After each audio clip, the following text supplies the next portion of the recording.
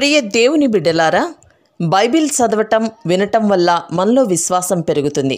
మన మార్గానికి త్రోవ చూపుతుంది. సమస్త జనులను శిష్యులనుగా చేయడి మత్తయి 28:19 వచనంలో దేవుని వాక్యం తెలియచేస్తోంది. తెలుగు బైబిల్స్ను ఆర్ఆర్కే మూర్తి గారు రీసెర్చ్ చేసి విశ్లేషణ చేసిన బైబిల్లోని ప్రతి అధ్యాయాలను వచనాలను వరుస క్రమంలో అనగా ఆదికాండం నుండి ప్రకటనా గ్రంథం వరకు ఇవ్వబడుతుంది. ప్రతి ఒక్కరూ ఆధ్యాత్మికంగా విశ్వాసంలో బలపడి మీ జీవితంలో ఎదుర్కొంటున్న సమస్యల నుండి విడుదల పొందండి. ప్రతి ఒక్కరూ మీ దీవెన టీవీని సబ్స్క్రైబ్ చేసి ఈ వాక్యాన్ని లైక్ చేసి మీ మిత్రులకు బంధువులకు షేర్ చేయండి. దేవుని సువార్తను ప్రకటింపబడుటలో మీరు పాలిభాగస్తులు కండి.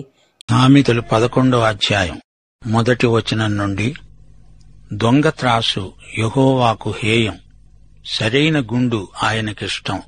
అహంకారం వెంబడి అవమానం వస్తుంది, వినయము గలవారి వద్ద జ్ఞానమున్నది.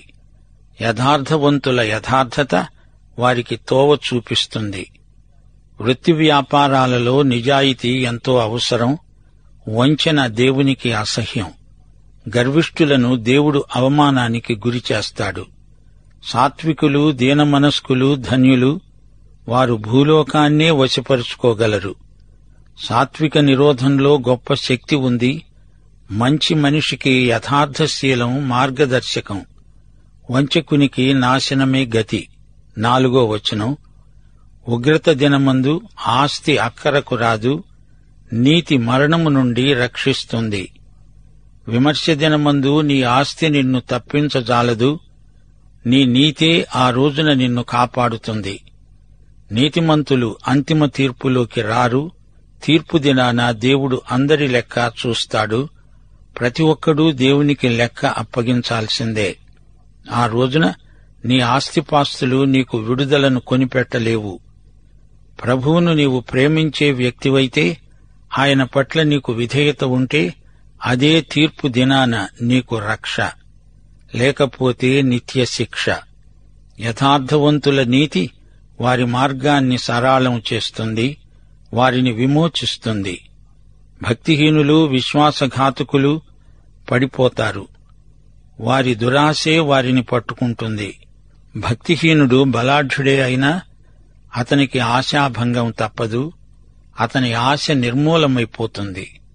8, 9 వచనాలు, నీతిమంతుడు బాధ నుండి తప్పించబడతాడు, భక్తిహీనుడు బాధ పాలవుతాడు. భక్తిహీనుడు తన నోటి మాట చేత తన పొరుగువారికి నాశనం తెప్పిస్తాడు. నీతిమంతునికి కూడా బాధ కలగవచ్చుగాని దేవుడతణ్ణి తప్పిస్తాడు. అయితే విశ్వాసఘాతకునికి అట్టి హామీ లేదు. మాటలు ఆయుధాలై ఇతరులను గాయపరుస్తాయి. కొందరి మాటలు రంపపు కోతలే. అయితే విశ్వాసుల మాటలు మృదువైనవి. స్నేహశీలం వారి మాటలలో ఉట్టిపడుతూ ఉంటుంది. మన మాటలు నిర్మాణాత్మకమైనవిగా ఉండాలిగాని వినాశనాత్మకమైనవిగా ఉండకూడదు. తెలివిచేత నీతిమంతులు తప్పించుకుంటారు. నీతిమంతులు వర్ధిల్లడం పట్టణానికి సంతోషకరం. భక్తిహీనులు నశించేటప్పుడు ఉత్సాహధ్వని పుడుతుంది. మంచి మనిషి విజయానికి అందరూ జేజేలు చెబుతారు. చెడ్డ మనిషి చస్తే అందరూ సంతోషిస్తారు. యథార్థవంతుని దీవెన వల్ల పట్టణానికి కీర్తి. భక్తిహీనుల మాటలు పట్టణాన్ని బోర్లదోస్తాయి. నీతిమంతులు ఉత్తమ పౌరులు. చెడ్డవారి మాటలు పట్టణం పతనానికి కారణమవుతాయి. తన పొరుగువాణ్ణి తృణీకరించేవాడు బుద్ధిహీనుడు. వివేకి అయినవాడు మౌనంగా ఉంటాడు. జగడమాడకూడదు. నాలుకను అదుపులో పెట్టుకోవాలి. కొండెగాడై తిరిగేవాడు పరుల గుట్టు బయట పెడతాడు. నమ్మకమైన స్వభావం గలవాడు సంగతి దాచుతాడు. ఉబుసుపోక కబుర్లు పుకార్లై ఊరంతా వేగంగా ప్రసరిస్తాయి. నమ్మకమైన వ్యక్తులు పుకార్లను ప్రచారం చెయ్యరు.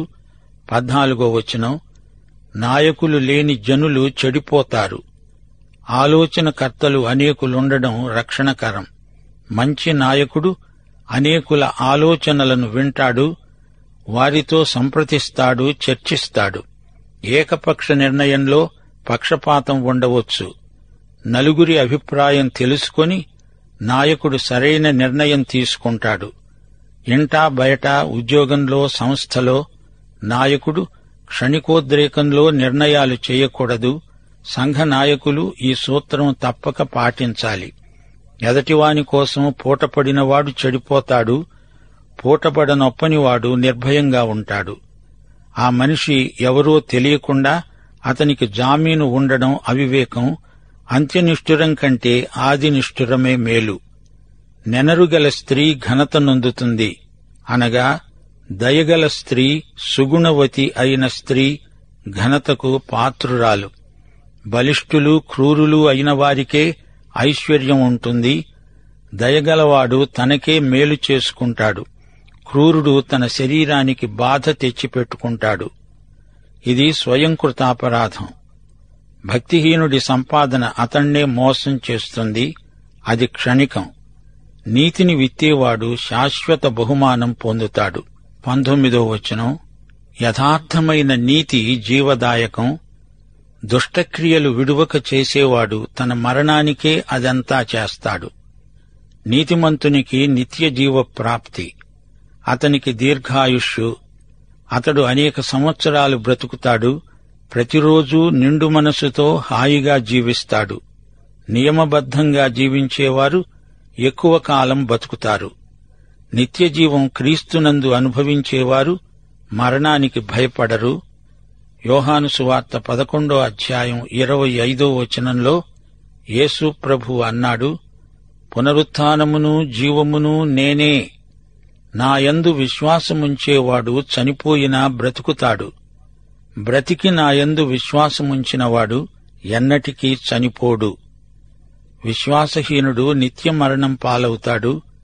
ఇహలోకంలో ఉండగా సమృద్ధిగా జీవించలేడు. మూర్ఘచిత్తులు యెహోవాకు హేయులు. యథార్థముగా ప్రవర్తించేవారు ఆయనకు ఇష్టులు.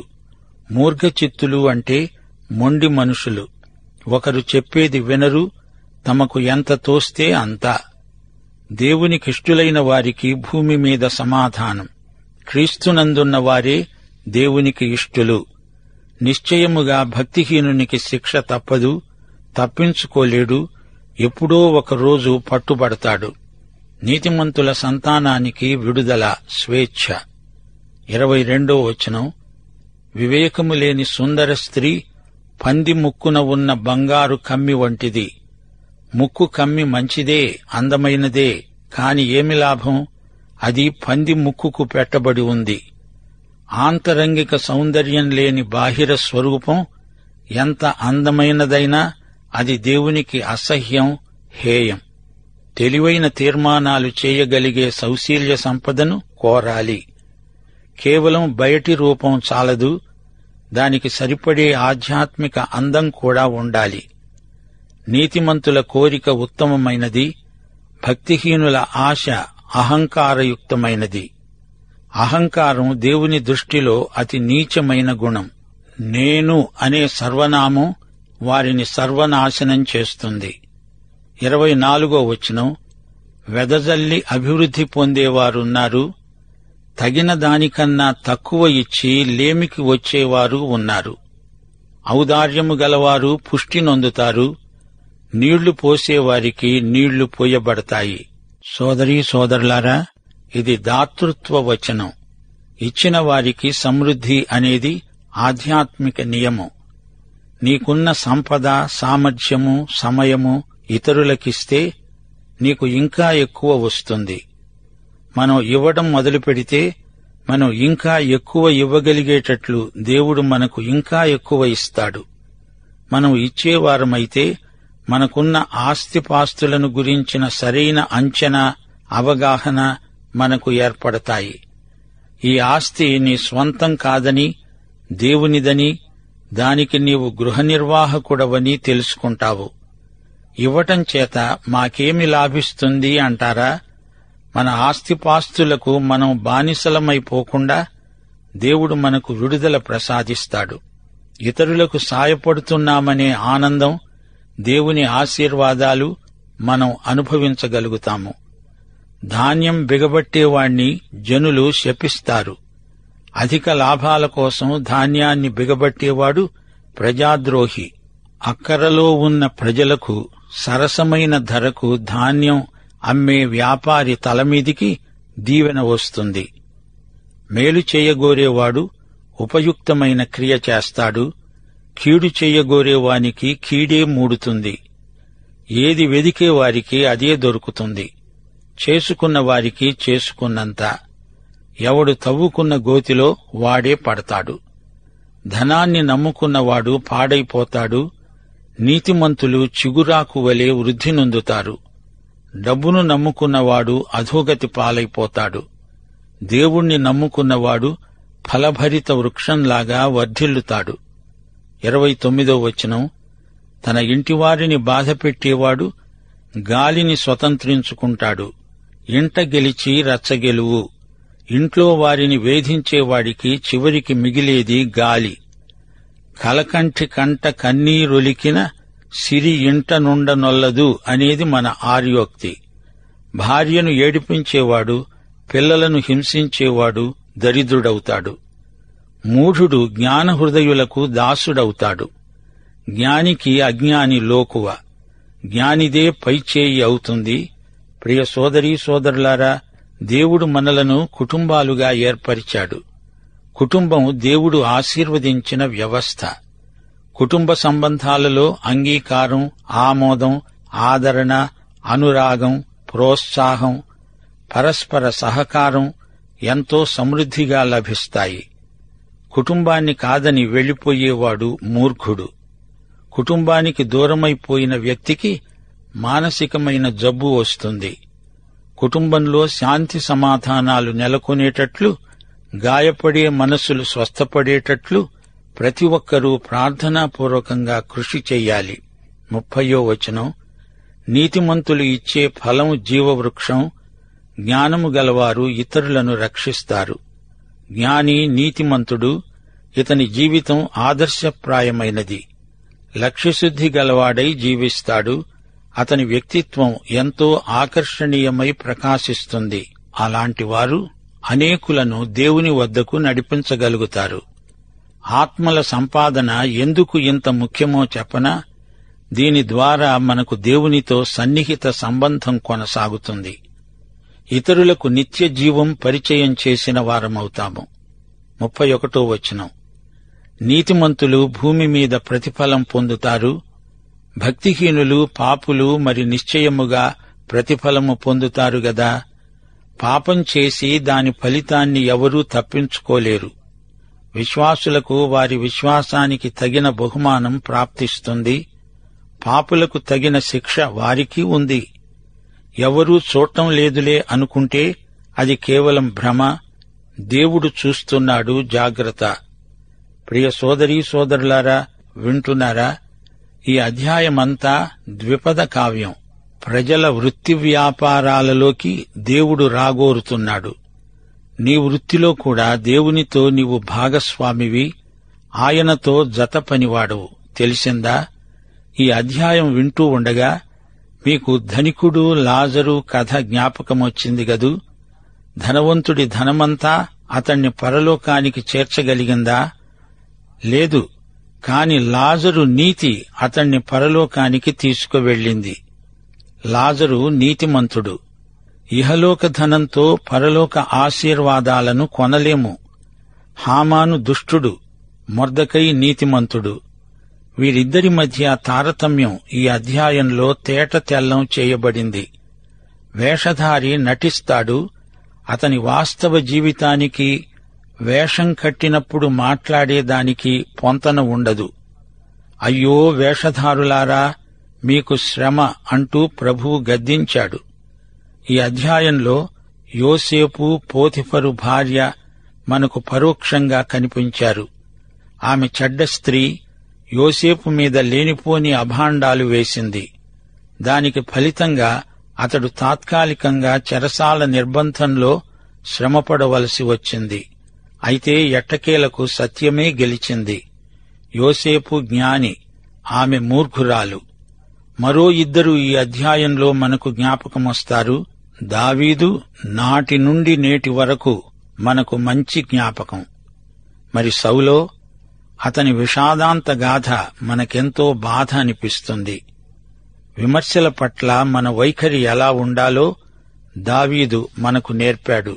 ఒక చెంప షిమీ దూషిస్తూ, తన మీద రాళ్లు వేస్తూ, తనతో నడుస్తూ ఉంటే దావీదు చూపిన సహనం, దీర్ఘశాంతం ఎంతో ప్రశంసించదగినవి. దావీదు చూపిన నిగ్రహం మనకు గొప్ప మాదిరి. ప్రియ సోదరీ సోదరులారా, యేసుక్రీస్తు నిర్వహించే ఈ జ్ఞాన విద్యా మందిరంలో యువకులు జీవిత పాఠాలు ఎన్నో నేర్చుకోగలరు. మరో మాట, దానియేలు గొప్ప ఆలోచనకర్త, రాజనీతి ఎరిగిన జ్ఞాని. అతని సలహా మేరకే కోరెషు ఆజ్ఞ జారీ చేసి యూదులు తమ స్వదేశానికి తరలి వెళ్లిపోవచ్చు అన్నాడు. ఈ అధ్యాయంలో దాతృత్వ పాఠాలు కూడా మనమెన్నో నేర్చుకున్నాము. 2 కొరింథీ 8:9 పౌలు ఈ సంగతే చెప్పాడు. మీరు మన ప్రభువైన యేసుక్రీస్తు కృపను ఎరుగుదురు గదా. ఆయన ధనవంతుడై ఉండి మీరు తన దారిద్ర్యము వలన ధనవంతులు కావాలని మీ నిమిత్తము దరిద్రుడయ్యాడు. కీర్తనలు 69:4. యేసు ప్రభువును గురించిన ప్రవచనమున్నది, నేను దోచుకొనని దానిని ఇచ్చుకోవలసి వచ్చింది. యేసు మన బాకీ చెల్లించి మనలను పాప రుణ విముక్తులను చేశాడు. దేవునికి స్తోత్రం. ఈ అధ్యాయంలో నెనరుగల ఒక స్త్రీ పేర్కొనబడింది. ఈమె ఎవరో కాదు, రూతు. రూతు గ్రంథం 3:11 బోయజు ఆమెను గురించి ఇచ్చిన సాక్ష్యం, నీవు యోగ్యురాలవని జనులందరూ ఎరుగుదురు. బోయజు ఆదర్శప్రాయుడైన భూస్వామి. యోహాను సువార్త 5:24 ఈ అధ్యాయంలోని హెచ్చరిక కూడా అదే. ఇది సామెతల గ్రంథంలోని కొత్త నిబంధన స్వరం. నా మాట విని నన్ను పంపిన వానియందు విశ్వాసముంచేవాడు నిత్యజీవము గలవాడు. అతడు తీర్పులోనికి రాక మరణములో నుండి నిత్యజీవములోనికి దాటి ఉన్నాడు. ధాన్యాన్ని తన స్వార్థం కోసం, అధిక లాభం కోసం దాచిపెట్టిన నాబాలు మనకు ఈ అధ్యాయంలో కనిపించాడు. అతడు లోభి, మూర్ఖుడు. అబీగయీలు భర్త. ఈమె గొప్ప జ్ఞాని. నాబాలు హఠాత్తుగా మరణించాడు. అలాగే యోసేపు కరువు సంవత్సరాలకు ధాన్యం సేకరించి ప్రజలకు పంచిపెట్టిన జ్ఞాని. ధాన్యమంటే దేవుని వాక్యమే. దాన్ని ప్రజలకు విరివిగా పంచిపెట్టాలి. సంఘాలు ధాన్యం నిలువ చేసే గిడ్డంగులు కాదు, పంచిపెట్టే సమాజ కేంద్రాలు. దైవాశీస్సులు. ఆమేన్.